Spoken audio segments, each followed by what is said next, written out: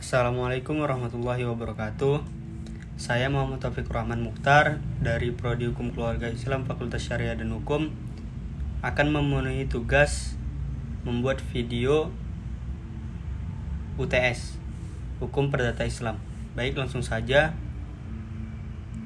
Hukum Perdata Islam dalam fikih Islam dikenal dengan istilah fikih muamalah, yaitu ketentuan hukum Islam yang mengatur hubungan antar orang-orang perorangan. Dalam pengertian umum, hukum perdata Islam juga diartikan sebagai norma hukum yang berhubungan dengan hukum keluarga Islam, seperti hukum perkawinan, perceraian, kewarisan, wasiat, dan perwakafan. Sedangkan dalam pengertian khusus, hukum perdata Islam diartikan sebagai norma hukum yang mengatur hal-hal yang berkaitan dengan hukum bisnis Islam, seperti hukum jual beli, utang piutang, sewa menyewa, upah mengupah, syirkah atau serikat, mudharabah, muzaroah, mukhabaroh, dan lainnya. Selain itu, hukum perdata dalam arti yang luas meliputi semua hukum atau privat material yang mengatur kepentingan-kepentingan perseorangan. Selain itu juga, hukum perdata Islam sebagai sebuah ketentuan pada umumnya bersandar pada dua kategorisasi hukum Islam, yaitu ibadah dan muamalah. Namun kategori tersebut masih bersifat rancu dan juga kurang lengkap. Bersifat rancu karena banyak materi hukum Islam bersatu dalam kedua kategori tersebut. Misalnya wasiat, bersifat kurang lengkap karena banyak materi hukum Islam yang tidak termasuk dalam satu kategori tersebut. Misalnya waris. Dari situlah muncul pendapat lain yang mengatakan kategorisasi hukum Islam yang lebih tepat adalah ubudiyah dan ghairu ubudiyah. Kategori ini lebih mengarah pada pemilihan aspek hukum yang bercorak agama dan aspek hukum yang bercorak peradaban. Misalnya permasalahan qasar dan jamak dalam sholat, ketentuan kebolehannya dan cara mengerjakannya merupakan aspek ubudiyah. Sementara batas atau jarak perjalanan yang membolehkannya erat sekali dengan aspek peradaban. Hukum perdata Islam mencakup yang pertama munakahat. Munakahat ialah mengatur segala sesuatu yang berhubungan dengan perkawinan, perceraian, serta akibat-akibatnya. Yang kedua, warosab, ialah mengatur segala masalah yang berhubungan dengan pewaris, ahli waris, harta peninggalan, serta pembagian warisan. Hukum kewarisan Islam ini disebut juga dengan ilmu faraid. Muamalat dalam arti khusus mengatur masalah.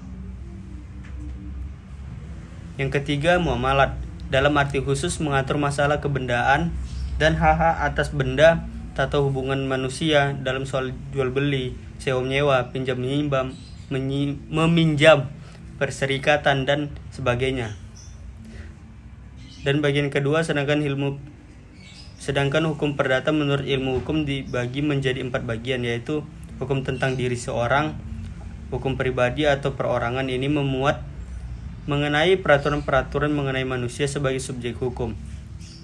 Di dalamnya berisi peraturan-peraturan tentang kecakapan untuk mempunyai hak, serta kecakapan dalam bertindak sendiri untuk melaksanakan hal tersebut, serta hal-hal lainnya yang berpengaruh terhadap kecakapan yang dimaksud. Yang kedua, hukum kekeluargaan. Hukum keluarga mempunyai hak dan kewajiban yang pada dasarnya tidak bisa dinilai dengan uang. Di dalam KUH Perdata, hukum satu ini disebutkan dalam aturan buku 1 yang berjudul tentang orang. Isinya yaitu mengatur hubungan yang tercipta dari hubungan kekeluargaan seperti perkawinan dan juga hukum kekayaan antara suami istri. Yang ketiga, hukum kekayaan. Jika hukum keluarga mengatur mengenai hubungan yang tercipta dari hubungan kekeluargaan, maka hukum kekayaan ini mengatur antara orang dengan harta kekayaan yang mereka miliki, di mana hak dan kewajibannya dapat dinilai dengan uang. Hak dan kewajiban yang bersifat seperti ini umumnya bisa dipindah tangankan kepada orang lain. Yang keempat, hukum warisan. Hukum waris di dalam KUH Perdata diatur dalam buku 2 yang berjudul tentang kebendaan. Dengan demikian, hukum satu ini sebenarnya termasuk ke dalam hukum harta benda. Meski demikian, hukum waris ini juga sangat erat kaitannya dengan hukum keluarga. Karena untuk bisa mewarisi harta benda yang ada, maka harus mempunyai hubungan keluarga dengan pewaris. Secara garis besar, hukum waris mengatur tentang harta benda seseorang setelah orang tersebut meninggal dunia. Hukum ini berisikan tentang peralihan hak serta kewajiban pewaris kepada ahli warisnya dalam bidang kekayaan. Sehingga sistematika hukum perdata satu ini juga sangat erat kaitannya dengan hukum kekayaan yang mempunyai sifat relatif. Sistematika dari hukum perdata di atas merupakan sistematika berdasarkan ilmu pengetahuan hukum. Bila berdasarkan pada KUH Perdata atau Kitab Undang-Undang Hukum Perdata, maka sistematika dari hukum perdata ini terdiri atas buku yang pertama tentang orang, buku kedua tentang benda, buku ketiga tentang perikatan, dan buku keempat tentang pembuktian dan daluarsa. Mungkin cukup sekian video dari saya. Jika ada kekurangan saya mohon maaf. Assalamualaikum warahmatullahi wabarakatuh.